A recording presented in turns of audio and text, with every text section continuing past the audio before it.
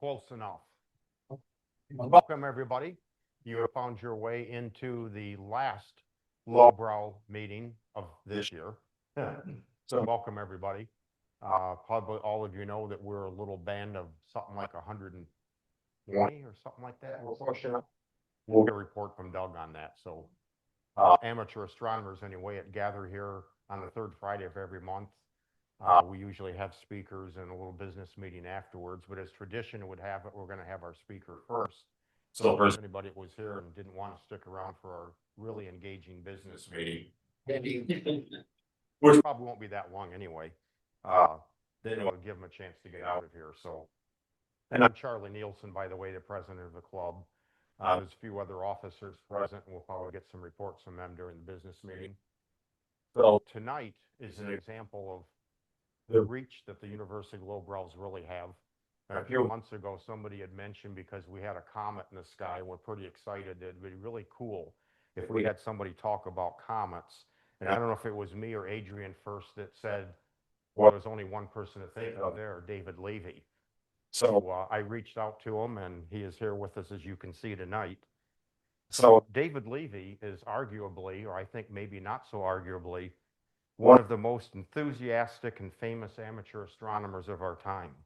Although he's never actually taken a class in astronomy, he has written over 36 books, has written for 3 astronomy magazines, and has appeared on television programs featured on Discovery and the Science Channels. Among David's accomplishments are 23 comet discoveries, the most famous being Shoemaker-Levy 9 that collided with Jupiter in 1994. A few hundred shared asteroid discoveries, an Emmy for the documentary 3 Minutes to Impact, 5 honorary doctorates in science, and a PhD which combines astronomy and English literature.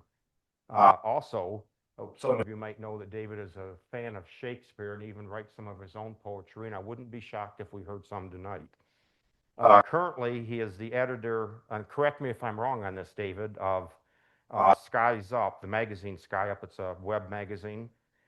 He has a monthly column called Skyward in the local Vale Voice paper.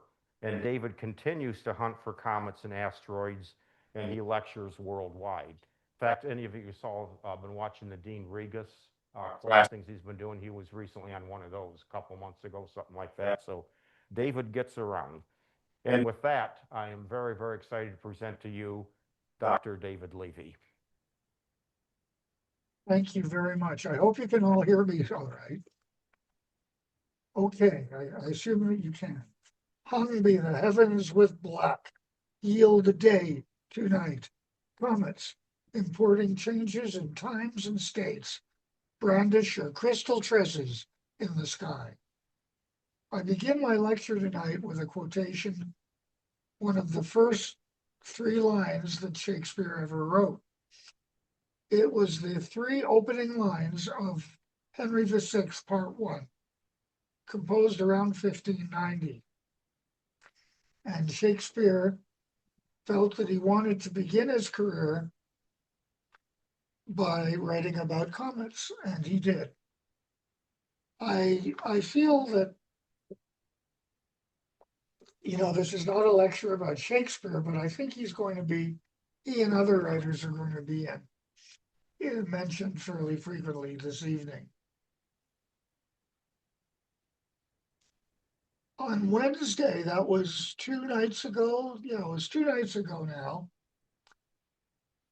I went outside, opened up my telescope, and I did a few minutes of searching for comets. I did that in celebration of 6 decades of comet hunting. I started that search in 1965. And it was when I was a high school student in Montreal, Canada. What was I doing? I was walking to school in early November 1965. And I had just heard about the discovery by Ikeya and Seki of a comet that was expected to become the brightest comet of the century, and it did. And suddenly it hit me, because I knew that when I got to school, I was going to go straight to my French oral examinations. Because in Montreal, you cannot graduate high school unless you have some working knowledge of French in the province of Quebec. And right away it hit me. That's what I want to do. I want to discover a comet. So when I got to school, I went up to the boardroom where they were having the French orals. And the head of the French department, Mr. Hutchison, was asking me some questions.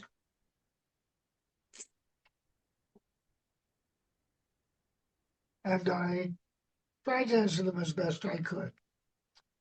But then at the end, he asked me the question that I knew he was going to ask. What would you like to do as a career? I was so proud that I had prepared that. And I sat up straight in my chair and I looked straight at him and I said, Monsieur Hutchison, je veux découvrir un comet. Mr. Hutchison, I hope to discover a comet. And the teacher took off his glasses, looked around, put his glasses back on, and he glared at me. And in English, he said, Levy, how the hell do you expect to make any money doing something like that? And at this point, everybody in the room started laughing, including Mr. Hutchison, including me.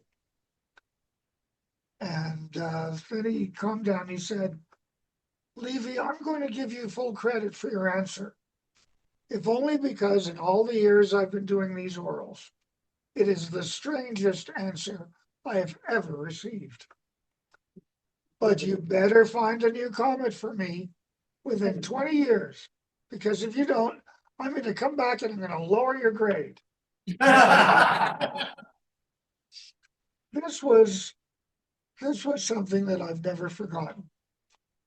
I know that Mr. Hutchison is not with us anymore, but I'd like to think that he was in 1984, when after 19 years, 1 year short of his 20-year deadline, I finally discovered my first comet. I have searched for comets, I think, for the right reason. And that right reason, I think, is expressed so beautifully in Starlight Nights, The Adventures of a Stargazer. Using my very old typewriter, I typed that quotation out here in 1966, and it goes like this. Time has not lessened the age-old allure of the comets. In some ways, their mystery has only deepened with the years.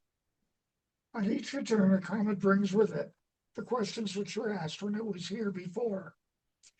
And as it rounds the sun and backs away toward the long, slow night of its aphelion, it leaves behind with us those questions still unanswered.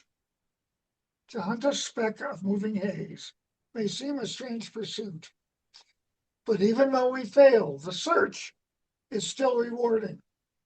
For in no better way can we come face to face with such a wealth of riches as old Croesus of Egypt never dreamed of. And of all the books, if I were on a ship and the ship had a library on board with every published book in the history of humanity, and the captain of the ship said that we could go down to that library and take any one of those books, Starlight Nights is the one I would choose. Above Shakespeare, above Tennyson, above everyone else, because that book really captivated me. And I had already started to search for comets when I was informed about this book, but it was really very interesting to be able to meet a kindred spirit who is as excited, who is even more excited about comets than I was. Leslie discovered 12 comets between 1925 and 1954. And I got to meet Leslie twice. once as I was coming back from a cross-country trip across the United States and Canada. And then again, just a few months before he died, while I was relocating from Canada all the way to where I live now in southern Arizona. So I started searching on the 17th of December. It was a very brief 10-minute long search with an 8-inch telescope that I had at the time between the stars, Pollux, and Castor.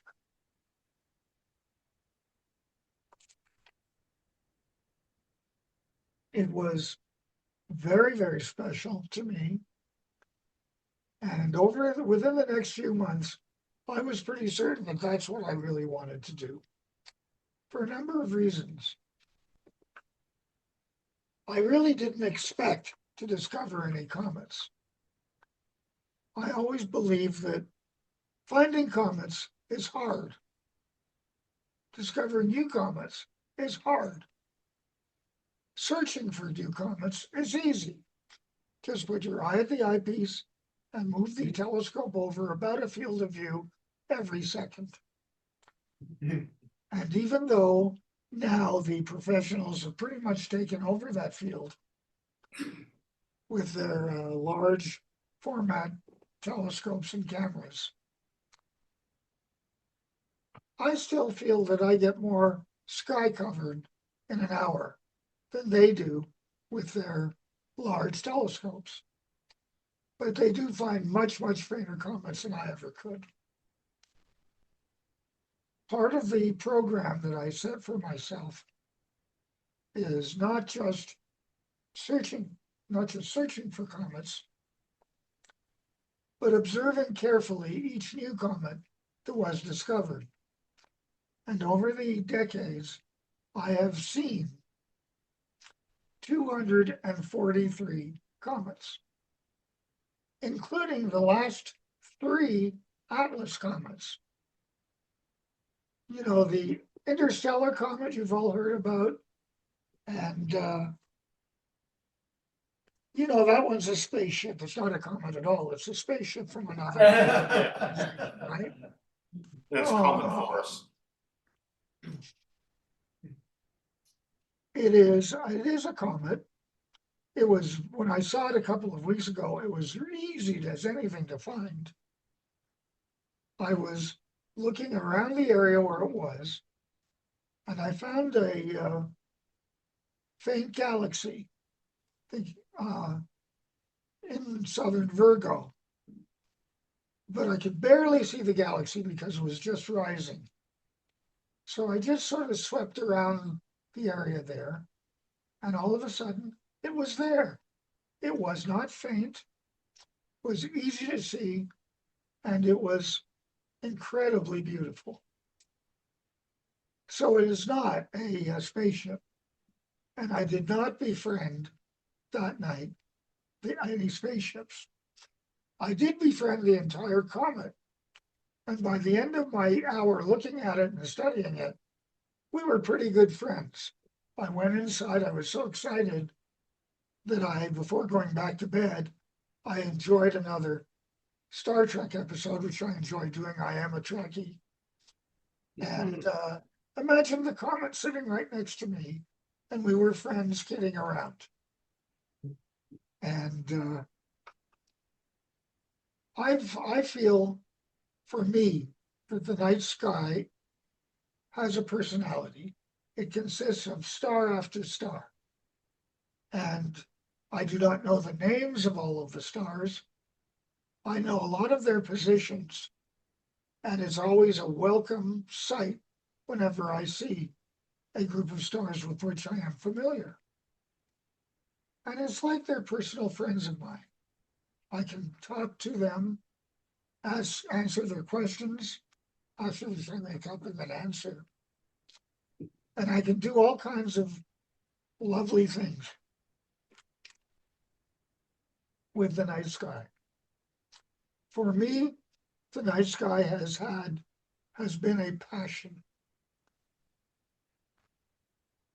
And I remember just going through year after year of searching. And I just wondered at one point, how many areas of comet science am I interested in? Okay, I'm interested in the search and reading up on other people that have discovered comets. I'm interested in the physics of comets and their shapes and forms and how they grow and then subside. I'm interested in how comets are portrayed in literature.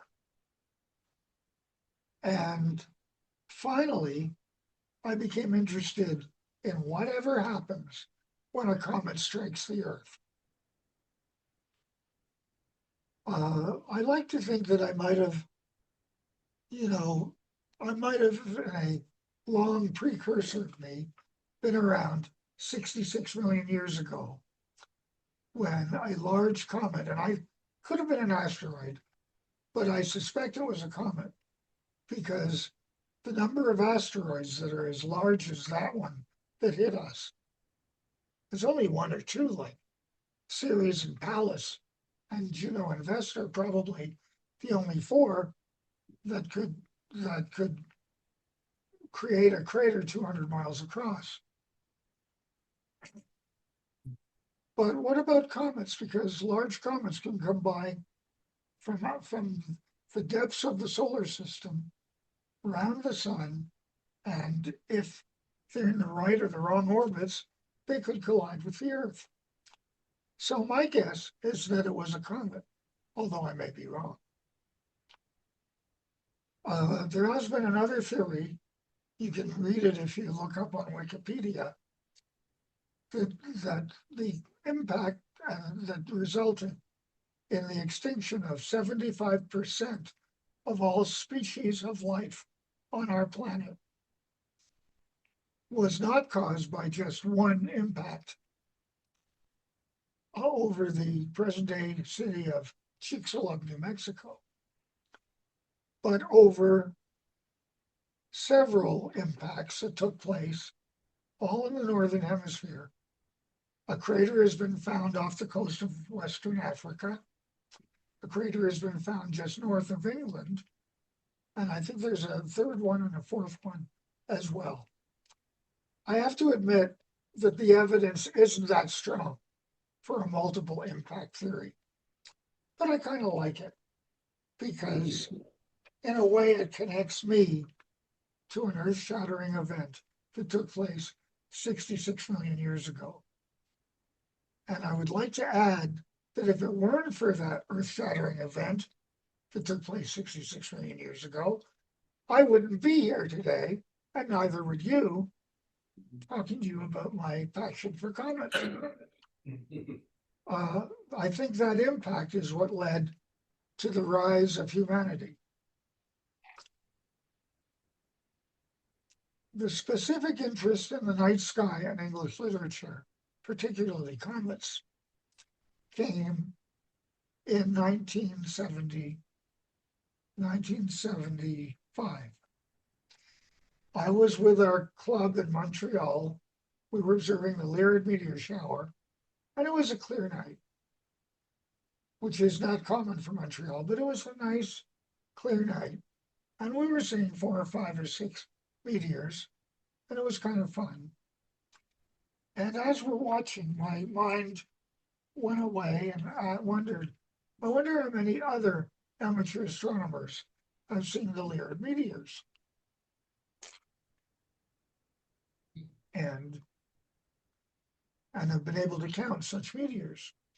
And then letting my mind wander a bit, I then started to wonder how many non-astronomers, lawyers, business people, poets even, have also seen these meteors. And just like that, I developed an interest in the night sky and English literature.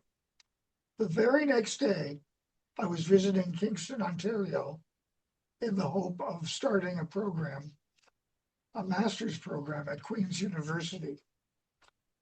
And my supervisor was Norman Mackenzie. And I told him about my newfound interest in the night sky and English literature. And right away, he pointed out Gerard Manley Hopkins. And he said Hopkins was a very active amateur astronomer. He knew what he was doing, and you might be interested in his poems. Boy, was that an understatement. He introduced me to the poem that I'm going to quote to you now. That is by far my favorite poem. I am like a slip of comet. Now, before, let me interrupt myself here. A lot of you have, in English classes, have studied Gerard Manley Hopkins. And I imagine that the typical reaction you get when you study him is, how soon can it be before we go on to any other poet? Any other poet. Hopkins was almost impossible to follow. He used sprung rhythm in his rhymes. His poetry was very complicated and very hard to follow, except for this poem that he wrote when he was an undergraduate student at Balliol College in Oxford and Oxford University. I am like a slip of comet, scarce worth discovery, in some corner seen bridging the slender difference of two stars, come out of space or suddenly engendered by heady elements, for no one knows.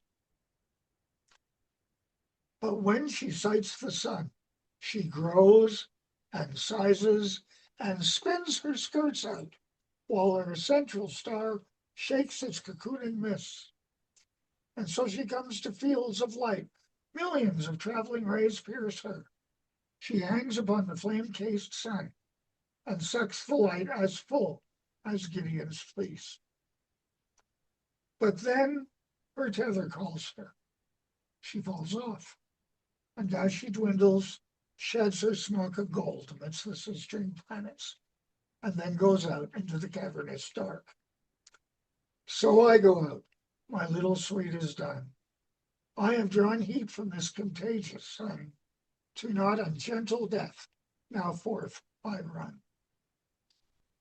I was hooked to that poem so incredibly much, and I resolved to find out which comet he had in mind, because I was going to do my MA on that particular poet, on Hopkins. So I came to my supervisor and I said, could it have been Donati's comet in 1858? And my advisor said, no, it wasn't that, because he wrote the poem in 1864, and the comet of 1858 would have been long forgotten by then. Came up with another great comet, Tibet's comet of 1861. The 1858 comet was discovered by Donati. The 1861 by Tibet in Australia. And it was discovered as a fairly faint comet, but by the time it went far enough north to be seen in England, it was a very bright naked eye comet with a tail that stretched halfway across the sky. He said, no. He said, I know you're excited about that comet, but it couldn't have been too far away. The same with Comet Swift-Tuttle in 1862. Then I started to look at the comet of 1864.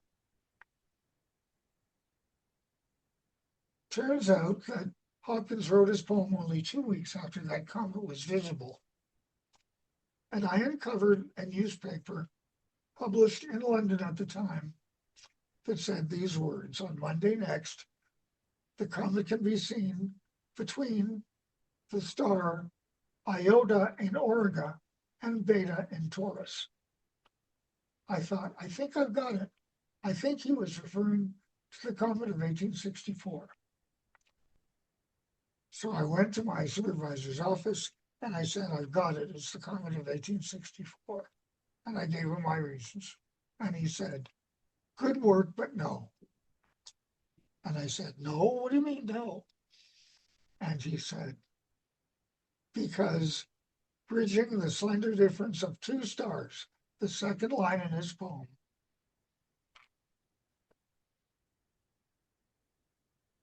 the second line in that poem, he was not, he said, that implies that the two stars that had passed between would have been about the same magnitude, about the same brightness. But you say the two stars that are shown in the news article were Iota Aurigae and Beta Tauri. And I think he was trying to tell me how much Greek he knew. But he said an Iota star is far down the alphabet from a Beta star, which means it's got to be a lot fainter than Beta Tauri. And I looked at him. I had an enormous amount of respect for him and his accomplishments. And I said, Dr. Mackenzie, I have a huge respect for what you've done, for you as a teacher, for you as a friend, and for you as a thesis advisor. And he started to smile. And I looked at him and I said, but this time you're wrong. He said, wrong? He didn't like a student to tell him he was wrong. I said, I went out just last night and I studied the star Iota in Auriga and Beta in Taurus. It turns out that Auriga has a lot more bright stars in it than Taurus has. So the Iota Aurigae star is less than a magnitude fainter than Beta Tauri. And that was, he said, are you sure? I said, yeah. And he said, how can you be sure of those brightnesses? And I said, because I saw them only last night. And that he couldn't argue with. He got very excited as I was. He said, David, you've got it. And the most important chapter of your thesis is going to be about Hopkins and his comet poem. And even though I've never seen that comet, because it was, it kind of has gone way back.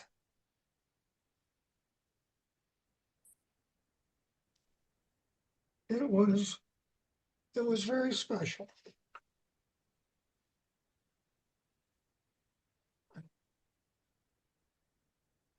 And especially the end of that poem. But then her tether calls her. She falls off, and as she dwindles, sheds her smock of gold amidst the sistering planets, till single Saturn, last and solitary, and then goes out into the cavernous dark. So I go out. My little suite is done. I have drawn heat from this contagious sun, to not ungentle death. Now forth I run.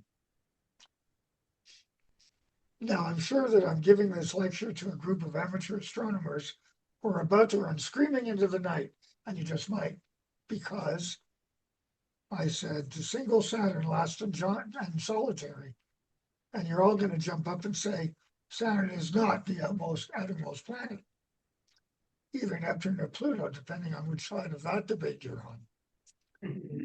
But anyway, that was actually a fairly easy problem to solve, because Hopkins was writing that poem as a part of a play, and the play was set in Renaissance Italy.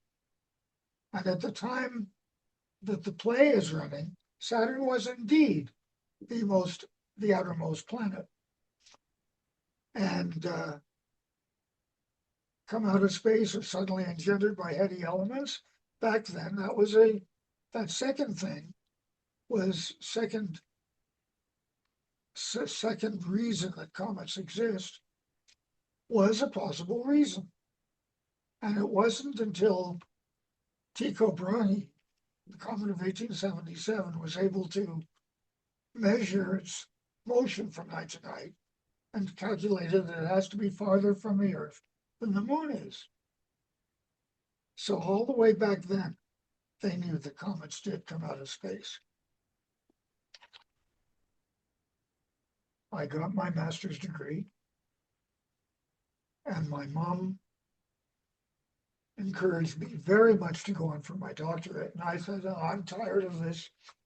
I've completed my formal education. I'm now going to go on with life.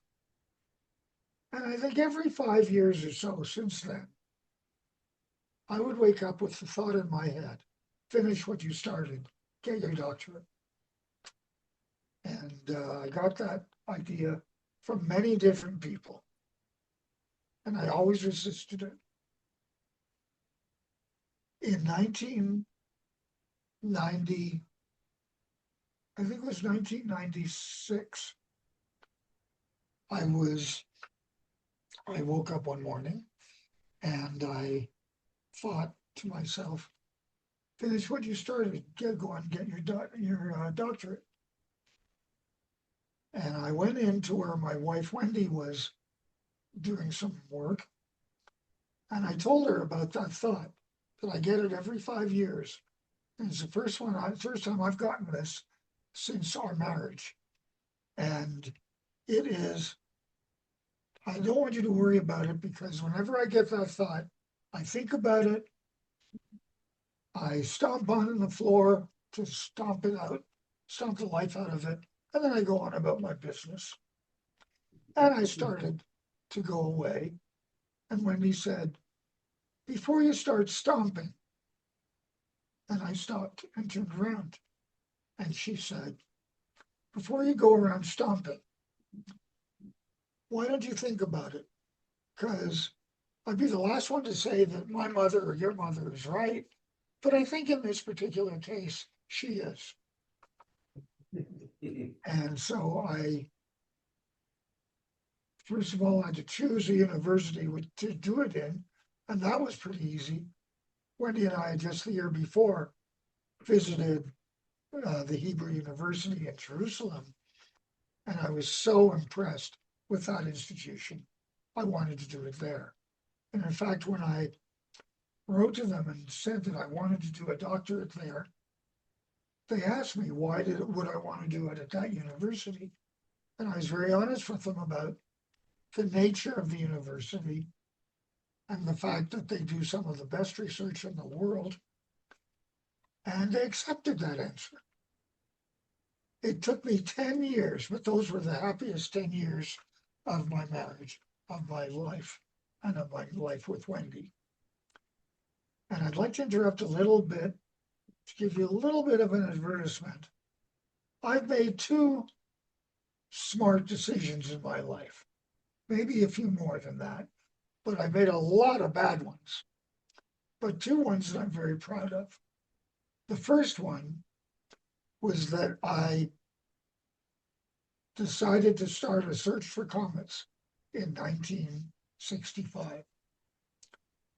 That was the second most important decision that I ever made. The first most important one was marrying Wendy. And as a lot of you know, I did lose her 3 years ago to breast cancer, and I miss her terribly. But I'm glad she talked me into doing it, because that turned out to be the happiest years of our marriage. I just loved doing it.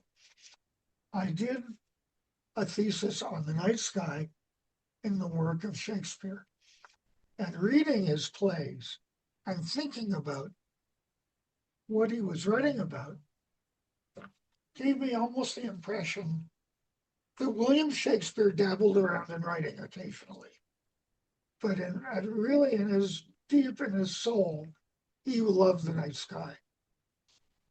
I found in all of his writings over 250 references to the night sky, all kinds of them. And it was really so special.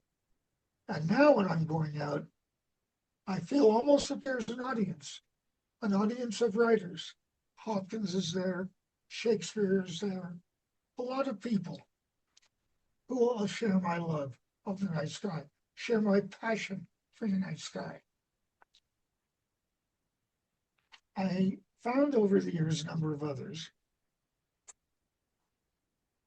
And then I was, what was I? Oh yeah, then it was in 1988. I was at a conference on asteroids here in Tucson. And you know, you don't learn too much in professional conferences. You go to the lectures, you might learn a thing or two. You learn a little more when you look at all the posters that are up. But what really counts in these professional conferences are the coffee breaks. During the coffee breaks, you get to actually talk to people and you get really to understand what's happening in the field. And there was this coffee break, and I was wandering about, and I noticed this big, tall man who I knew was Gene Shoemaker. But I was like 30 feet away from him, and he was pointing at me. He was beckoning with me with his finger. And I thought, there must be a very famous astronomer standing behind me. And I wheeled around, and there was no one standing behind me. And then Gene called out, David, you're the one I want to meet. Get up here. So by the time I reached Gene, we were already friends. He introduced me to his wife, Carolyn. And he said they were planning to do a little observing in the Tucson area later that year. And would I like to accompany them? Boy, would I ever. And we had a nice observing session in December of 1988. And on the way back, they're sitting in the back of our car, and I'm watching, you know, someone is driving the car, and I wanted so much to ask this question. And I turned around and I said, I want to ask you something, but I really don't know how to do it. And Gene said, the best way to do something is open your mouth and ask. Because the worst thing that can happen is that I will say no. We're not going to kill you. We're not going to throw darts at you. We're not even going to throw a bottle of wine at you. So just ask. I took a deep breath and I said, Gene, Carolyn, I would like to observe with you at Palomar a couple of times. And Gene looked around, he looked at Carolyn, and Carolyn looked at Gene, and he said, oh, I think you should. I think that's a great idea. We started observing the following summer together. And the summer of 1989, we found our first comet together, a shoemaker-levy comet, in the late in 1989. 1990, we found a ton of comets together, and I found my brightest visual comet that year as well. So I think that was like 9 or 10 comets in that one year. And then in 1991 was a little fewer comets. 1992, I think there was just one. And then came 1993. And I told you earlier about the feeling that I have. One of the reasons is comet impacts. And I've had already developed a love for the history of impacts of comets against the Earth. And it was a very difficult night. On this first night of our March observing run at Palomar. It was, a storm had just come through. It was cold. But we started observing. We took the first film. And Gene was in the habit of developing the first film as soon as it was taken, just to make sure that everything was copacetic.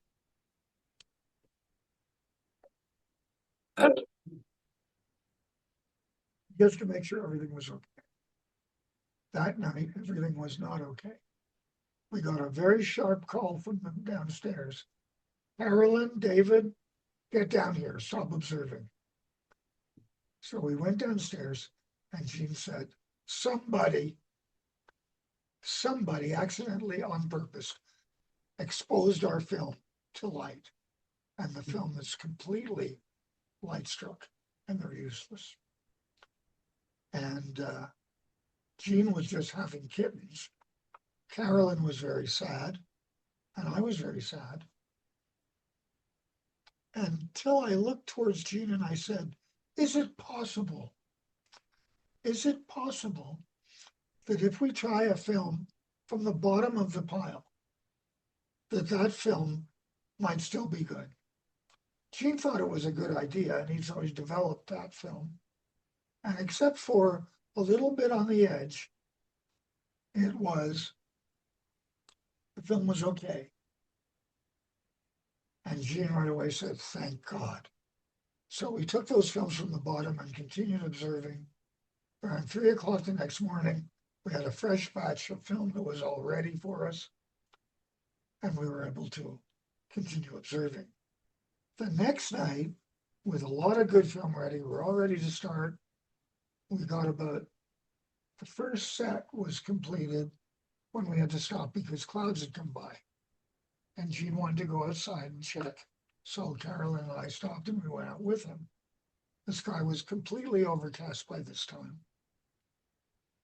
And he said, I think we're out of luck. But I noticed there was a small break in the clouds to the southwest. And I said, well, there's that small break in the clouds to the southwest. It may be coming towards us, and it may be about to give us some more clear sky. And Jean looked at me and said, that's our David, always the eternal optimist. And I said, well, I think we should take a chance.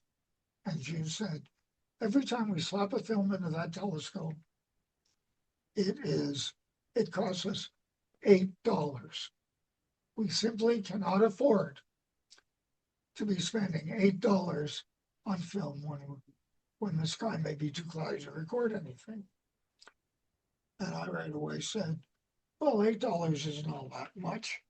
And Jean retorted right back, that's $8 American dollars, not that Canadian play money you guys play with. But just as he was saying that, Carolyn was looking towards that break in the clouds. And she said, that for David's break in the clouds is getting a little bigger. And you could see it was turning out that the clouds were passing. Jean looked at Carolyn, Carolyn looked at me, I looked back at Jean, and he said, let's do it.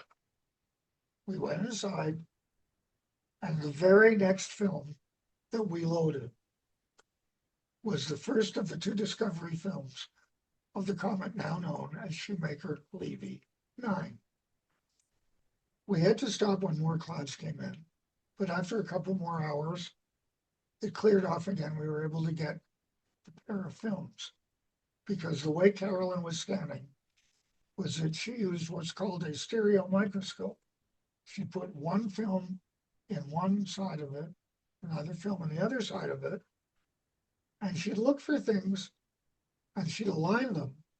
But if something was moving from one film to the other, it would appear to Carolyn's practiced eye as if it were floating on top of the background of stars. And a couple of days later, Carolyn got to those films that we took on that cloudy night. She was impressed that I was able to guide it all on that first film because I was worried that I wouldn't be able to see the guide star because of Jupiter being so bright and so close. But I was able to guide it, and the second one. And by this time, clouds had rolled in. It looked like we weren't going to be doing any observing for a while. And we just stopped. And I was reading my email, and Jean was reading Time magazine. Carolyn was scanning. When suddenly she said, I don't know what I've got, but it looks to me like a squashed comet. I thought she said that with a smile, and Carolyn and I were very used to kidding around with each other a lot. And so Carolyn got up and walked over towards me to let Jean look through the stereo microscope. And I looked at Carolyn and I said, "You are joking, aren't you?" She looked at me very seriously and she said, "Not this time." And then Jean looked at me and Carolyn with a look on his face that I'd never seen before. There was this string of pearls, glorious thing with about 8 or 9 different condensations, each with a little tail going toward the top of the film, and then a train of dust going off to the side on either side. I couldn't believe this. We were able to get a precise position of the center of that comet. We reported it, and it was announced as Comet Shoemaker-Levy. And that was just the beginning. We had no idea what was going to happen after that. But when 2 months later, no, it was actually 1 month later, in April, we learned that that comet appeared to be not going around directly the sun, but it was going around the planet Jupiter. Now, we know of comets that have been captured briefly by Jupiter, but this little guy had been going around Jupiter for a long, long time, maybe 40 or 50 years. And we noticed that, and that took place. And just before the May observing run began, I got an email letter from Brian Marsden in which he said, "David, I want you to look out because in about 2 or 3 days from now, I'm going to publish a major announcement about Comet Shoemaker-Levy 9. I won't tell you what it is now, but just watch for it." And by this time, of course, the bad weather had gone away. It was clear Carolyn was scanning. I decided to read my email, and the message came through.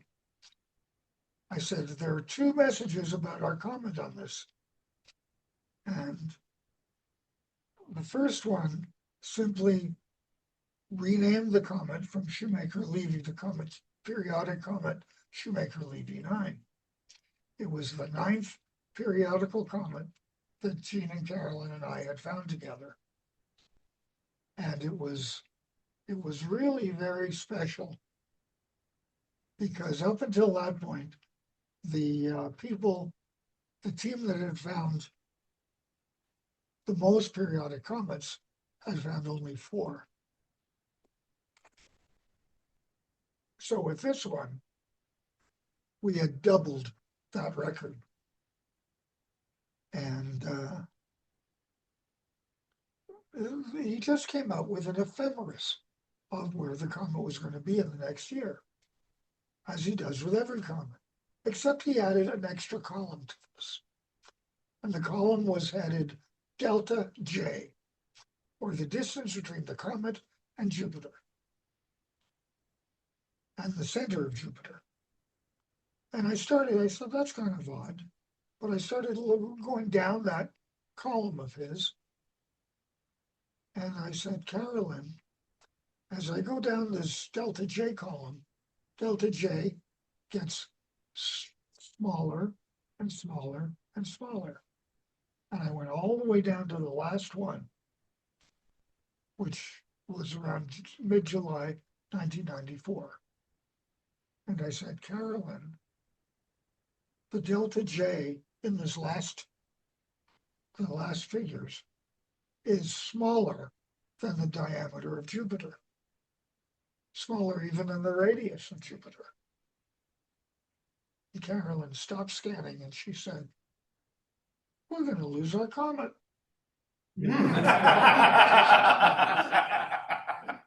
And we, of course, Gene was in the darkroom loading film for the night, but he heard what I was saying. He said, "Don't move. Stay where you are. Do not move. Don't even breathe." And you can hear crashing of drawers as he's protecting the film. And he rushes out and he says, "I got to see this." And he looks at it, and the man was almost in tears. He looked at us and he said, "In my lifetime, I'm going to see a collision between two major bodies in the solar system. I just can't believe it." And the rest of that day, was pretty quiet. We were kind of all lost in our own thoughts as to how much this development had changed us and was going to affect our futures. I remember a couple of months later, I got a phone call from one of the scientists working at the then freshly launched Hubble Space Telescope. And when she asked if it was okay if they used the Hubble to take a series of images of our comet. And so things just started to tumble into place at that point. I remember in March of 1994, it was a cloudy night. It's about a year since the discovery and about 4 months from the impacts. And Gene was looking at me and he said, "David, what are your plans for Impact Week? Where are you going to be?" And I said, "Well, I was thinking I'd like to be in California because it is the only place that is reputed to have clear sky at that time of year. Where are you going to be?" And Gene said, "Carolyn and I are going to be in Washington. Where are you going to be?" And I got a little annoyed. I was like, "You just asked me that." I said, "I'm going to be somewhere in California watching the impacts." And then I looked at him very intently this time and I said, "Where are you going to be?" And Gene looked back at me with equally pierced eyes and he said, "Carolyn and I are going to be in Washington, D.C. Where are you going to be?" I had no choice. I had to answer, "I'm going to be with you guys in Washington, D.C. And you could feel the relaxation that he felt when he heard that. He said, "I'm so glad you said that because during Impact Week, the team needs to be together. Because if we don't see anything, we need to find some rock to hide under. To find that rock to hide under." Anyway, we did meet in Washington, actually at the Space Telescope Science Institute on July 15th, 1994.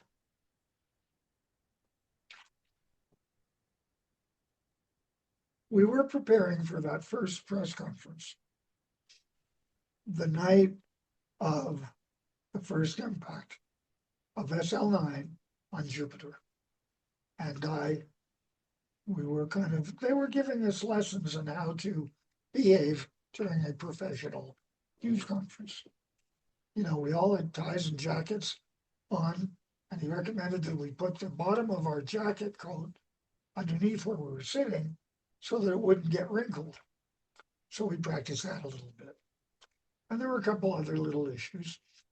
And then one of the scientists from Hubble flung open the door and hurried down the stairs without a word and gave this piece of paper to Gene.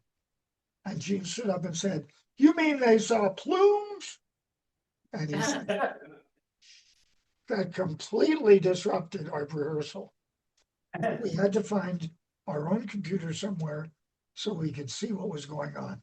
And by this time, people from all over the world, from Europe to Africa, and starting on the east coast of America, were starting to see the impact spot from that first hit.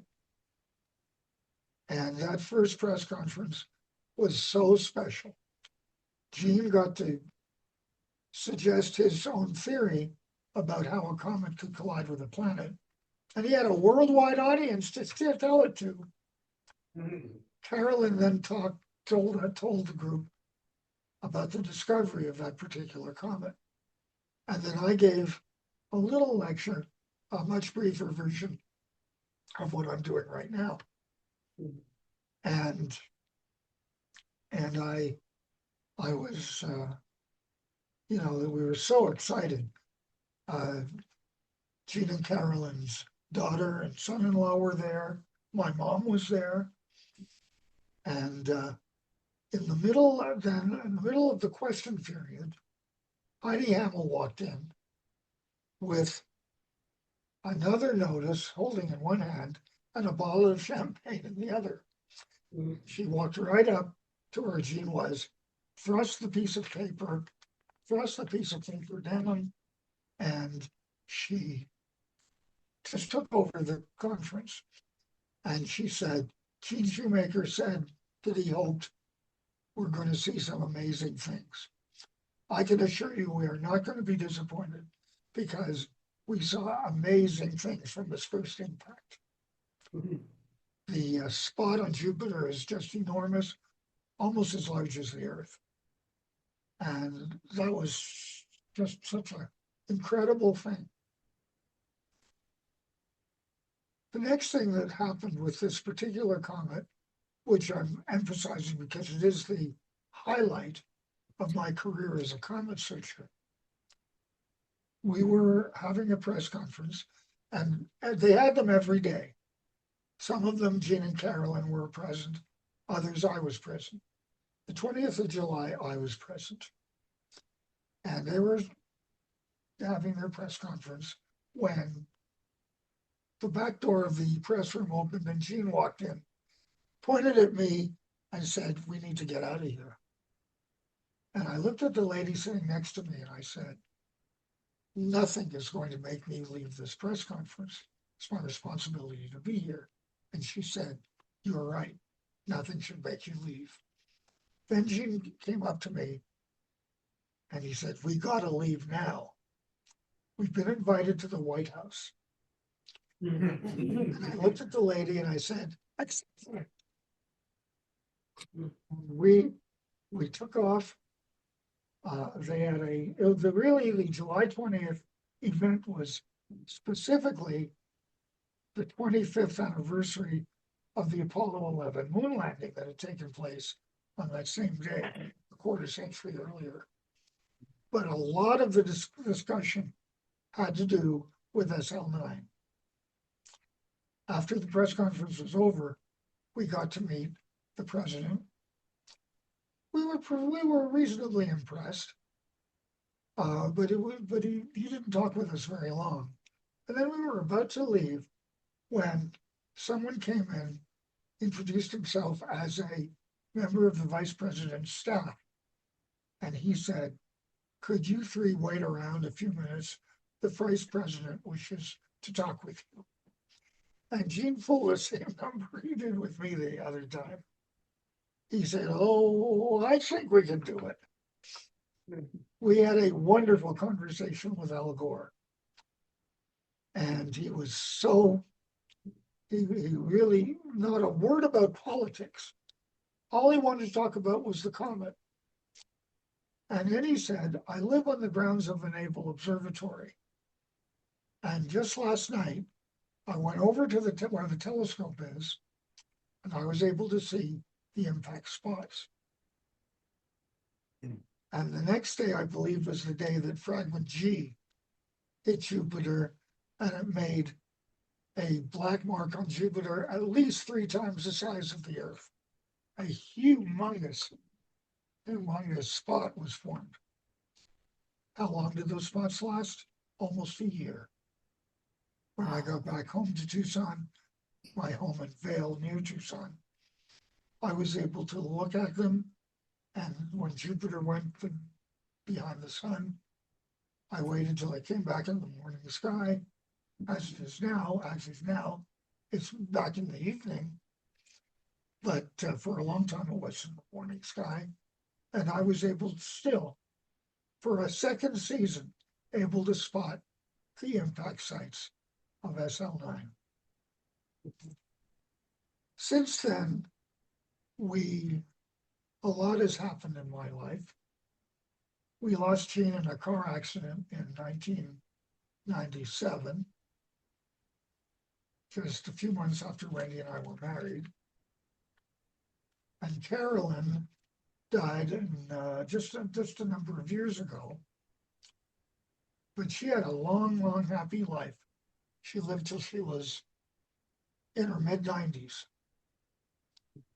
And so I'm the only one left of the discoverers of Shoemaker-Levy 9. I was the only one left that remembers the experience of that wonderful, wonderful event. And I'm going to end with two quotations. The first is from Walt Whitman.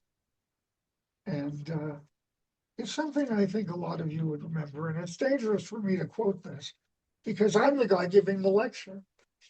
I'm the guy giving the lecture with the proofs, the figures ranged in columns before me. But here we go. When I heard the learned astronomer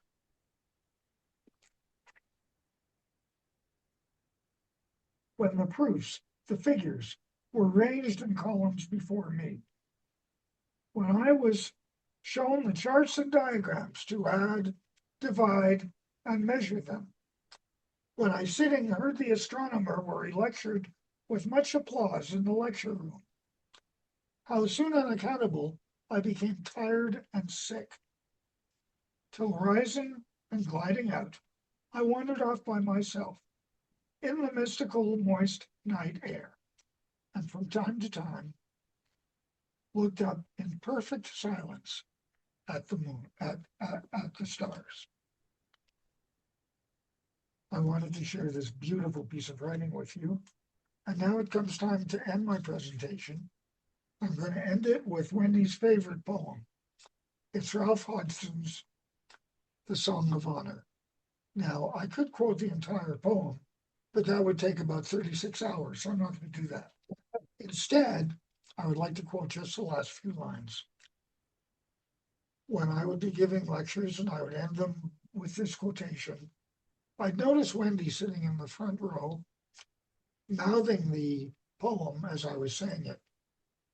And after a while, I invited her to come up to the podium so we could recite it together. Can't do that anymore. But I do that in memory of Wendy and my love for Wendy. I stood and stared. The sky was lit. The sky was stars all over it. I stood, I knew not why, without a wish, without a will. I stood upon that silent hill and stared into the sky until my eyes were blind with stars, and still I stared into the sky. Thank you all very much. Thank you.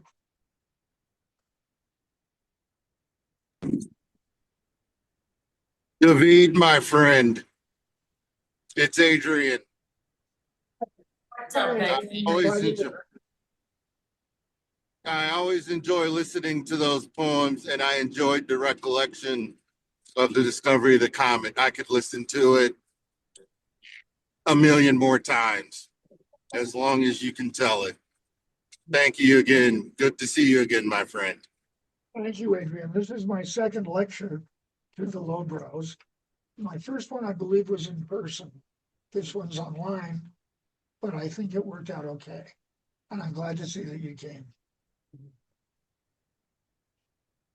Yeah, that was really, really good stuff, David. Do we have any questions? Just a brief comment. Actually, I got to see you two other times when I was part of the Tomorrow Astronomy Club. I remember you giving a great talk about comets and Clyde Tombaugh. I'm not sure that I heard your question, but I believe you're asking me to talk about why. I was just saying that I saw you. Oh, hang on. There we go. I got to see you 2 extra times when I was down at the Saguaro Astronomy Group. I remember one of your talks also about comets and Clyde Tombaugh. Still have the book. I first encountered Clyde Tombaugh when I was a teenager, a patient at the Jewish National Home for Asthmatic Children, because I had very bad asthma as a child, and I had to spend 14 months at that lonely place. And I went to a symposium that some scientific group was having on the exploration of Mars. And I was sitting in the audience. Willie Lay was the opening speaker. And then afterwards, they had questions. And in those days, in order to ask a question, you would rise from your chair and go up to the microphone and pose your question. I turned around and he said, Clyde Tombaugh, New Mexico State University. And I practically fell down off my chair. He was the discoverer of Pluto. I met him again in 1980 when he was the lead speaker at a league convention in Tucson. And I really enjoyed meeting him in person back then. And that started a long friendship. And I ended up writing his biography. And still, we remained good friends for the rest of the man's life. I hope I answered your question at least a little bit. Yeah. Any other questions, comments, or David? How about the Zoom audience? None? Okay. Thank you very much, David. I don't know how many hours I've spent comet hunting during my life. It would be a fairly simple matter to add them up, because after I make each discovery, I start counting from 0 again to the next one. But it has been almost 1,500 hours since my most recent discovery. And I doubt I'm ever going to find another one, but I really don't care. I'm still out there watching and looking.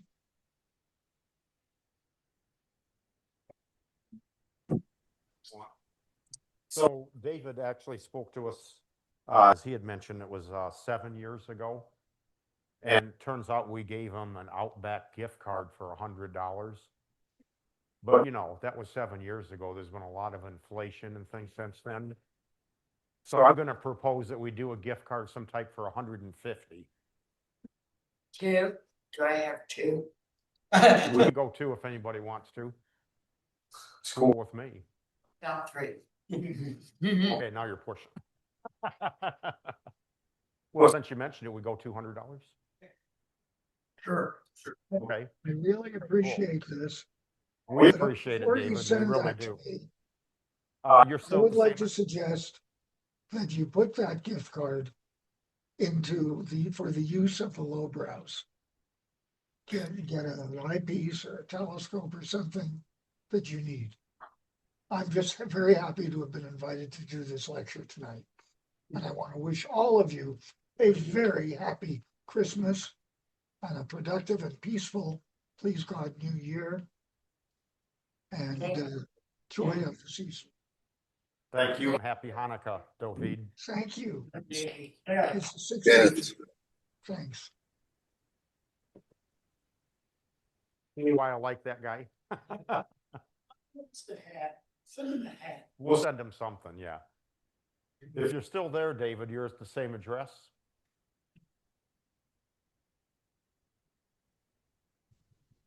I think he's. Already sent there. Yeah, he's there. I see him. Can you hear me, David? Can you hear me now? I think it's the same, Chris. Yeah, probably. I'll email him and find out for sure, so, yeah. Yep. Oh, gosh. David, I think you're on mute. Or he's just listening in. Yeah. I don't know. He's not showing mute, so. I'm not on mute, but somebody. Yep, else. he's right here. Now we hear you, now we hear you.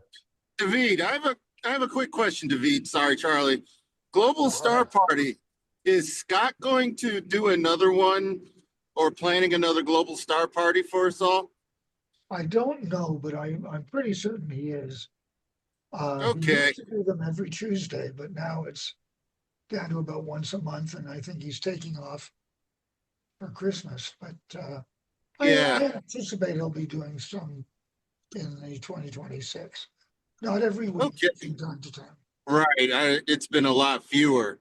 I kind of miss him because we generally get to do our presentations then. And I know it's been some time. So, but I suppose I can always ask him too. But I do invite for Lowbrows, I invite you all to check it out when we do a Global Star Party. Our beloved David is one of the presenters and always does his poetry and kicks off the Star Party. It's something I kind of miss. We haven't done one for a month. Yeah. It's been a You are while. talking about Scott from Explore Scientific, right? Yes, Scott Roberts. Yeah. Yep. Cool. Okay. Yeah, if we do get another Global Star Party, I'll be happy to send the link. And then you all are welcome to join. It's usually Tuesdays and it usually starts for our time at 7 p.m. Eastern. So we'll probably in 2026, sometime in January, Scott may start it back up.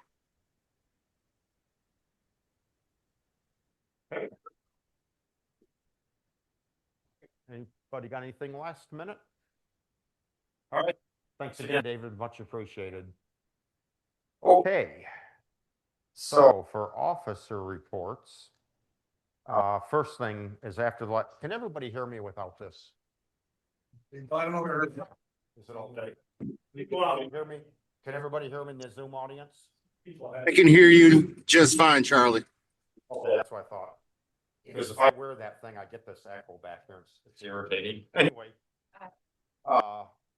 so after the last meet or the last meeting, I mentioned I was going to recontact Chelsea PTO and Belleville Library about events they requested us to do, and I did with a couple days after that, maybe, and didn't hear back from either one of them. So I thought, we don't do it. And then today, back from Chelsea earlier today, that I believe was January 30th.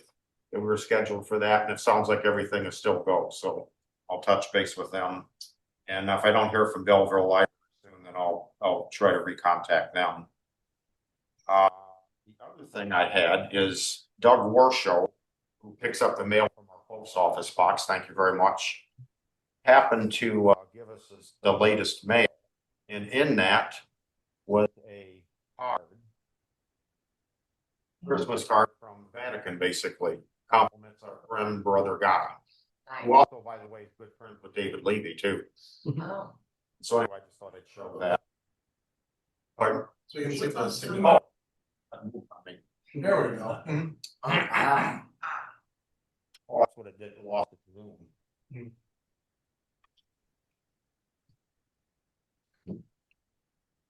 Yeah, those are the whole thing, pretty much. Anyway, nice touch, and of course, there was a donation card along with it, but we have been sending them money every year anyway, so, which is why we got the card.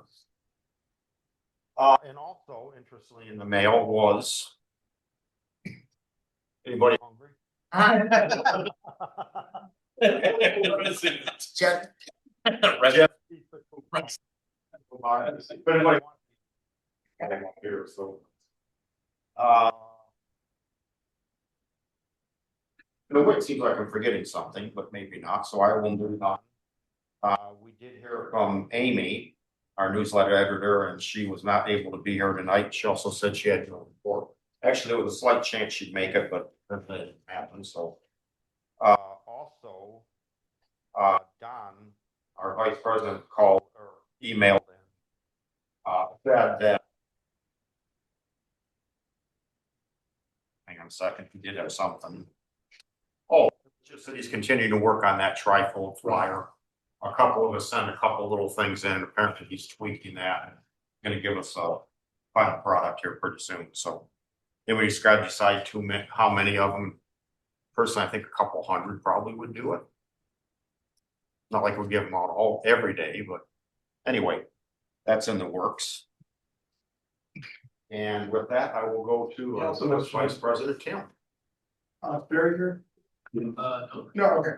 So Barry, and Jeff and I, have been kind of powwowing together as far as getting the website and the different things going. I guess to say we're kind of on the schedule that we had planned, so we are where we thought we would want to be right now.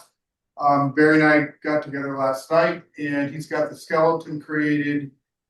And the templates are all set and I'm gonna start then pulling all the content from the existing website onto the new website. And I just talked to Jack about getting Astronomers, so I've got a plan for that. And so that's basically on. I have nothing to show you yet because I just kind of sussed out the inner workings of Elementor this morning and last night. So Tim? Yeah. That's taking it from the current website that we have. From the U of M hosting to this It's- other hosting area. It's the one lowbrows.club. Right. I mean, I can take things from both. I'm pretty much Okay. just copying the Right, picture. lowbrow.club to the new, Right. That's the plan.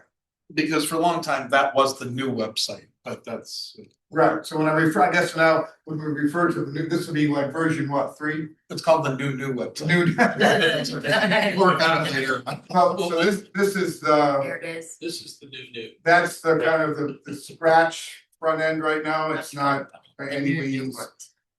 So that's the, we haven't worked out, Barry hasn't, I mean. Jeff and I just know enough to be dangerous. We know enough about what buttons and what settings to not touch in there. So basically, he's working out on getting the member portal, member page, your own little sphere, I guess you would put it here. Working on the gallery parts. I'm just starting to put together the main Excellent, thank you. events.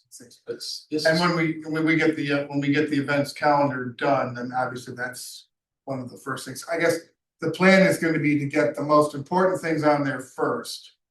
And then because we have the rest of the old websites, both of them on a disk, their thumb drive.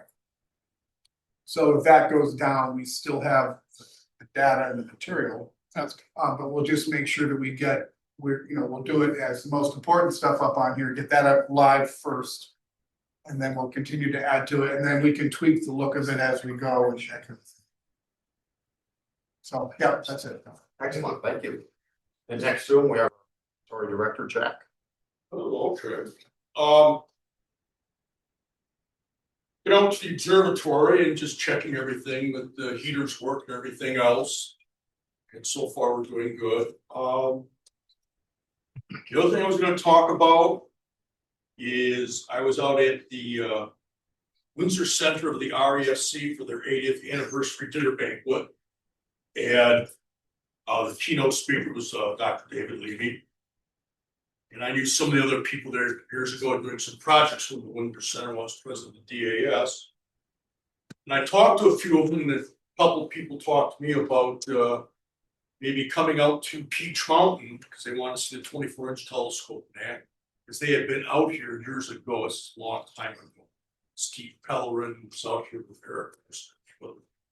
Steve is the president right now of the Windsor Center. So, I told him it was a good idea, but I also told him that I wouldn't be able to give him any information till around February because we have to get the open house schedule approved and everything and on the dates, man. And he asked me to come out probably in February and also give a talk on the math telescope. So that's in the works too. So we may have some members from the Windsor Club come out to one of our observing sessions, which would be good. There was a long time ago, back around 1985, when we did go out there. There was a group from the Detroit Astronomical Society, the Windsor, and the University of Lowbrow Astronomers. And we all met out in Canada off the lake site out there was really darker. So that was interesting. So,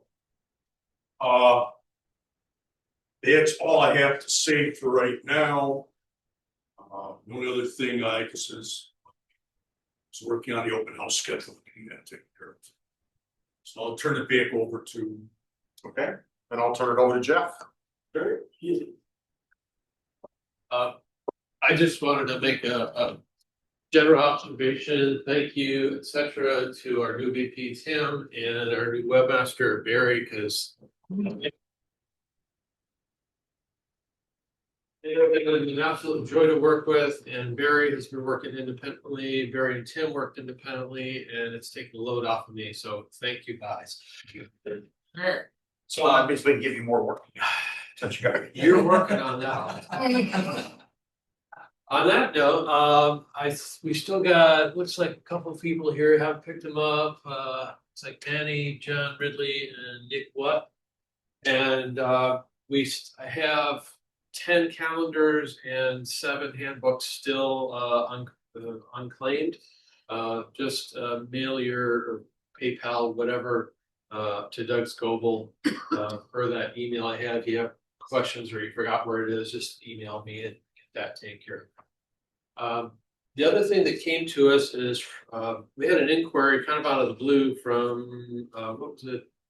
This Bright Publishing, and they wanted to send us a free book, and it's called The Living Universe. I'm not at all selling it, but it's made to be kind of an easy to use guide for beginners, people who are just getting into all this stuff. The initial paragraphs look good, but I thought I might read through it and see if it's worth recommending for new members, etc. But if you want to take a look at it, I got it up here. I haven't started reading it on that.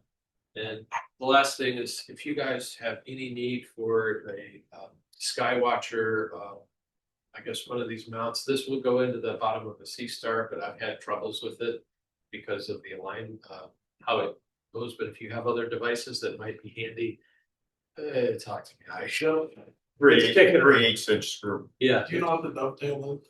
Yeah, this is a Vixen Yeah. dovetail. But there's 3 different Vixen ones depending upon the width. It's the smaller one. This Small. it is the small kind, Yeah. and it's got a 3/8/16 Yeah. thread on the screw. I think you could take it apart and do whatever you want with it, but I got no use for it because I bought one that works with my gear. So The scope that was donated. is it That ebook? may be useful for mounting one of the guide scopes for the site. Enough said. It's Who's fine. got it? It's gone. It's at my house, so. No, don't do that. But I'll come get it later, but Yeah. it may be a piece that I could use to hold one of the things that I'm trying to figure out how to mount. yeah, I'm glad it found it. That's all, because it's just been kicking around on my astronomy table. So I don't really have anything other than that. We had 34 members here today total on Zoom and this. So that was our max. Does Charlie want to report? 30 what? 34 people. That's what I've got. Yeah, between it's all and Zoom in at person. 22 live now. Okay. Any questions? Email me. Oh, I forgot to show the front of the card from the back of the, looks like, Nice. I think maybe it's the eagle. That'd be a lot. Nice. Anyway, Well, I figures if it's equal, because it adds the pillars of creation. exactly. Didn't have those come out better. I gotta talk about it. No, actually, it could also be the cone nebula. No. I don't know. Look on the back. I Yeah. guess it says- Oh, right. That's cheating. Oh, yes. Let's see it again.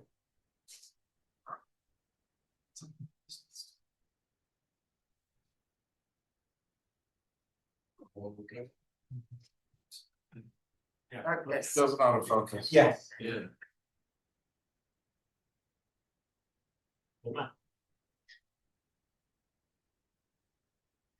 That's not work. Just make us a test question. Yeah, it's definitely not That would look good. Can you flip it upside down? What Yep. is the square cone? Middle. Is there a way to share this on Zoom? See, So that just cleared our sinus. No. Nebula. Anybody got a guess? I don't know. The butterfly nebula. Oh. I Anyway, know it's nebula, I didn't know it was nebula. Brian. Been a while. Got anything to report? Nothing to report. I have, calendars that I can sell. No more inventory with me, but I'm happy to deliver them personally. $20. All right. What else am I supposed to report on, which you'd like to hear about?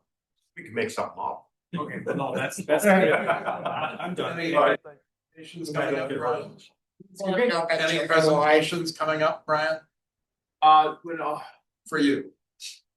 No, I just did a night vision device, talked about the night vision device to the Toledo Club a couple months ago, and I'd be happy to do it for the Lowbrows, whatever.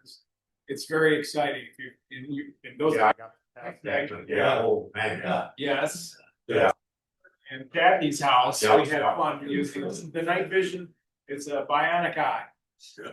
Wow. Truly blow your socks off. Oh, yeah. It's just, So we'll keep that in mind for future talk. yeah.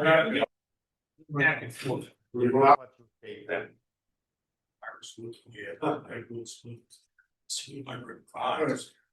Yeah, that was really awesome. By the way, since Jack didn't mention that, you might be curious about the 8-inch Schmidt cast sitting in the corner. Jack has donated that to Detroit Observatory. Oh, okay. Nice.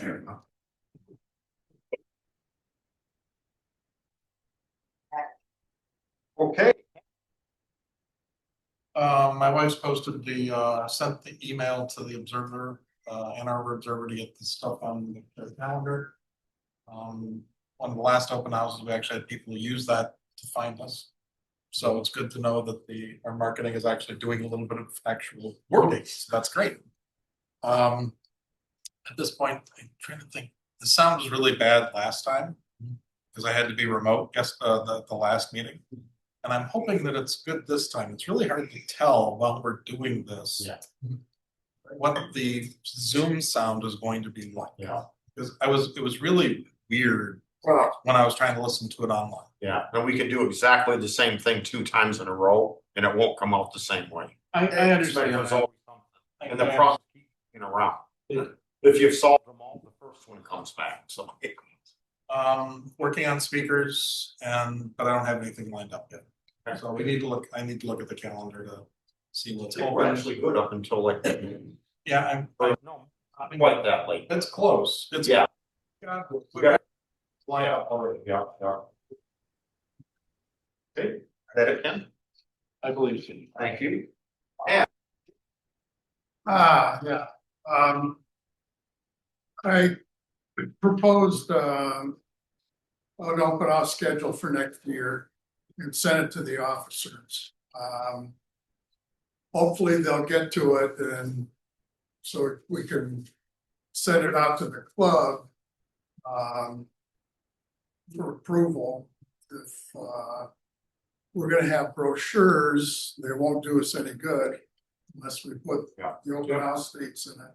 So the officers have to get to it and then the membership has to deal with it, hopefully by the next meeting. Right. So that these people are gonna have to work a little over the holiday to get at it.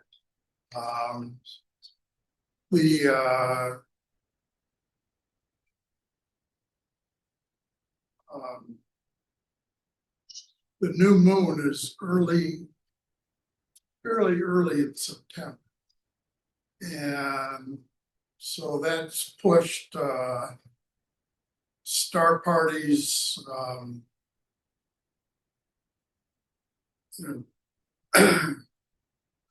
either forward for that early September. I think that it's the new moon is the 9th or something like that. And the architects, which a number of us go to, is in October. But the open house dates, as I remember them, that I've proposed, Do not conflict this year with astronomy at the beach. I think Brian has those dates. Like the 19th and 20th of September. And I think the Great Lakes Stargaze is the weekend before. So those are the only things that we need to keep track of with our open house schedule.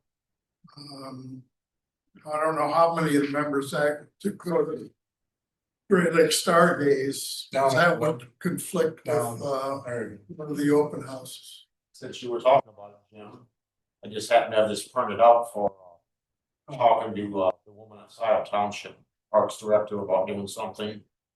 And I missed her again yesterday at Scioto Christmas party. She escaped me, but we will talk that now.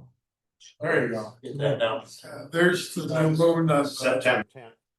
Yeah. I was working from the list that was based on UTs. On UT, that's the 9th. Oh, yeah. The other dates, there's basically no conflicts. There's no holidays. It's just how many open houses do we want to do? That's what I was going to ask. Do we want to schedule 2 every month?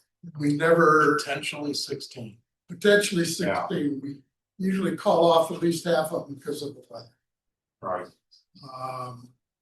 But I think the most we've done in a summer is like 11.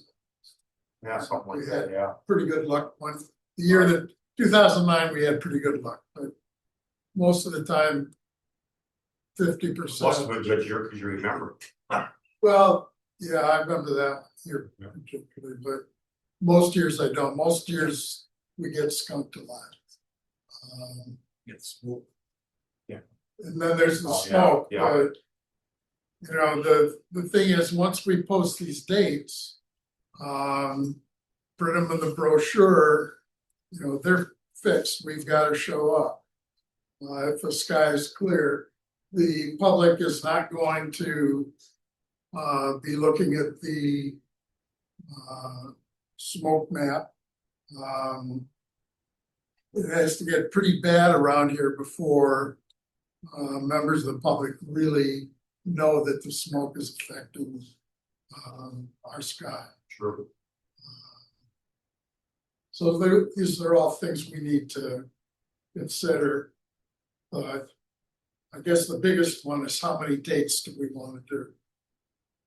Given that ones that usually come off are June, July, and August, and September. Yeah. In the interim, the thing that kind of gets in your face, it just, I know it particularly bothers me more all the time, but that, and I don't know what you can do about it really. Unless maybe I get somebody else to do part of what I've been doing all along, but the thing you run into is you have an open house schedule. So if you plan to be at the open house, this would apply to me or anybody else that commits to be in there. You don't schedule anything for that Saturday, right? And then Saturday, you have to cancel it. Well, now what are you going to do? You can't make any plans that way to like go out of town or really do anything significant. To me, that's actually become more last few years have gone by. The other thing is, and maybe this is just something that sometime I'll ask for some assistance on this, is I'm involved in every single one of them. And that's because, and I did actually after all these years, there was one couple years ago, I was terrible, horrified because I forgot to do this. And that is, and this is why I also ask you, don't wait until the last to make the decision if you're OHC. If it's fairly obvious one way or the other, just make the call. Worst you can be is wrong, because the problem is otherwise you might wait until real late, like just before 4 o'clock. Well, I have to be around someplace so that I can make that phone call and change the hotline and do an email to change Twitter and Facebook and all of those things. So it's just one of those things I have to keep in mind all day. I have to look for that decision and do those things. It doesn't take long to do them. It's just the idea you've got to be there to do it. So Just something to think about. Well, that's, I think the officers could deal with that. They could say that we have to make a decision by noon Saturday or Yeah, something. yeah. So that we can work out those logistics. And maybe I don't have to be the only one that does that part of it, but then Well- I think, well, it's hard enough to get OHCs. I don't want to make it more difficult. So, you know what I mean? So anyway. How many people do we want knowing how to? Also true. Yeah, exactly. So Well, there should be at least two. probably, yeah. Yeah, two is, Yeah. It's not the OHC that does that, it's an officer, so. Yeah. Me. I'm the only one. I know, you're the only one, but Yeah. I'm saying it would be potentially another officer. Right, right. Yeah, true. So anyway, something you think about, so. I don't see any other officers in the Zoom audience, so Zoom Sure. or. one comment. Yeah. On the mock-up of the new website. My preference would just be plain University Lowbrow Astronomers.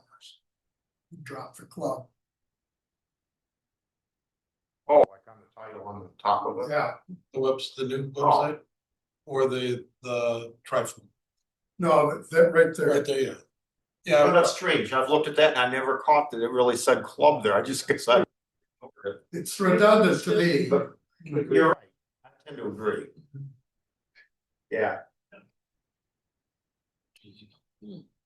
But otherwise, it looks great. Yeah. It's, Cool. so, Thanks if for the you feedback. know some of the features, you notice the background kind of scrolls independently. Yeah. That was pretty slick stuff. Gives you a parallax effect. What it's called. Is it? That's what it's called. So some of these menus up here, it took a little while to get the formatting straightened out. I was on the Google Meet very until strange odd hours. Right? But he's got some basic menus for navigation right up the top. But our aim was to kind of have these big segments where you got some pictures that are featured. These galleries we want to have any number of profiles. You can update your own pictures and want to be able to pick from the most recent by the members, so that each member can do their own uploads if they want, and pick from the best. The idea of this is that it needs to be dynamic. It changes with us monthly, weekly, as we, and as people put. What we would love to have is for your own, your own little page or your member section. Is if you have, everybody here is interested in so many different things in this field. And people have articles and little things that they might have found, post them up there, because then we can have another part of this that pulls some of those in recent posts. So anybody that visits this site can then see a lot of the different things that people are doing. And if they're interested in that, then they can drill down deeper and go find, more from that person. So that's referring to more than just pictures. It's posts, it's information, whatever you want to post in your member profile, we want to be featured on the club page. It's okay. Sure. We're responsible for whatever goes up there. So I strongly urge that there be some way to screen this and just not have people post as they feel like it. I think the word we were using is curated. Well, that's a good point. Yeah. Point that, if you're gonna be writing anything that's original, and if you need to use the before mentioned, what I'm trying to say here. The rules of citing and citations and sources. talking about doing something bad on the website. Well, not so much that, but a lot of us send out to the member. Whole articles from copyrighted source. That's true. And Yeah. that's one off the top of my head. Yeah. And then there's people trying to sell stuff and all that kind of noise that you don't want up there. Right. But curating or having some way to screen So I think based on that conversation, everybody pondered that for a bit. Yep. And then as we begin to implement that part, we can have a sort of guidelines of what is expected or what is acceptable and what's not. Yeah. I think that would be a good idea. You know, I like stuff that goes up. You know, I'm not, you know, we're clubs and we want people to participate. You know, and everybody's got real lives to lead besides being in the lowbrows. When there's 200 members in the club, and if they're all posting stuff, nobody's gonna keep up with it. But as we come across stuff that should be there, we gotta knock it down as soon as we can. And somebody has to be willing to take that on. It's not like you have to do it every day or even every week, but it has to be done in a reasonable amount of time so that we're not posting stuff that's not true or that's libelous or that could otherwise get us. if we have a clear set of that, we don't want to be can follow. That's really clear. Yeah, you should bring up a very good point. Mhm. Thanks for the input. Kurt? I think last August picnic at our place was relatively successful despite the mosquitoes. This year and the August meeting date will be out of the country. Well, you go up there where you're at.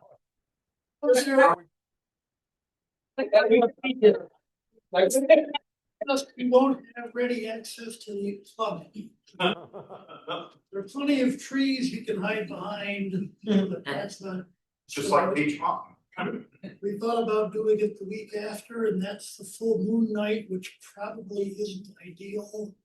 The next weekend is Labor Day weekend, and I think we can manage then. What about moving it up a week? What you? We'll be out of the country before then. We're gonna go see solar eclipse. Oh. Yeah. Are you going to Spain or? Iceland. Nice. Nice. Bring it back with you, please.